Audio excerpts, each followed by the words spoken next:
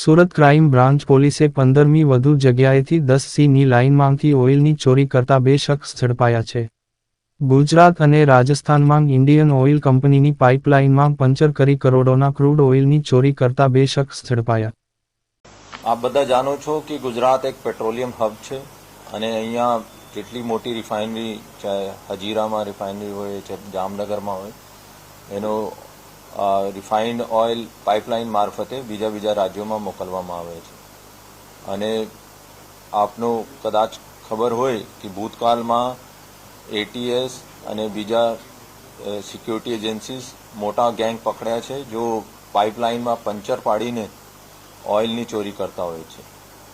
એવી રીતે મારી ક્રાઇમ બ્રાન્ચમાં ડીસીપી રૂપલ મેડમ અને ડીસીપી રોજિયા સાહેબ અને એની ટીમનો એક માહિતી મળી હતી કે 2 મોટા ગુનેગારો જો ભૂતકાળમાં ઓઇલ ચોરીમાં પંચર કરીને ઓઇલ ચોરી કરી હતી આ અત્યારે સુરત આજુબાજુ ફરે છે.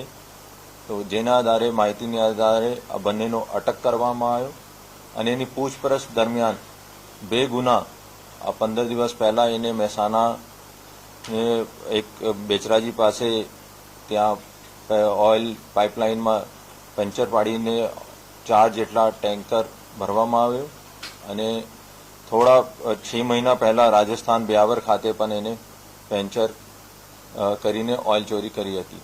બંને આરોપીનું નામ પ્રશાંત વાઘેલા છે અને બીજા આરોપી સમીર ખાન અલાદ ખાન છે.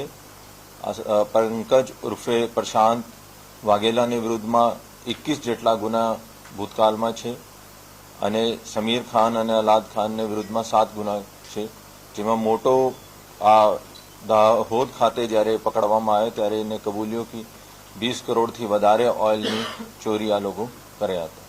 અત્યારે અમે એના વધારે પૂછપરછ પણ ચાલુ છે અને મહેસાણા પોલીસ અને રાજસ્થાન પોલીસનો અમે સંપર્ક કરીએ છીએ અને આ લોકો અહીંયા આવીને આરોપીઓની કસ્ટડી અમારી પાસેથી મેળવશે. ધન્યવાદ.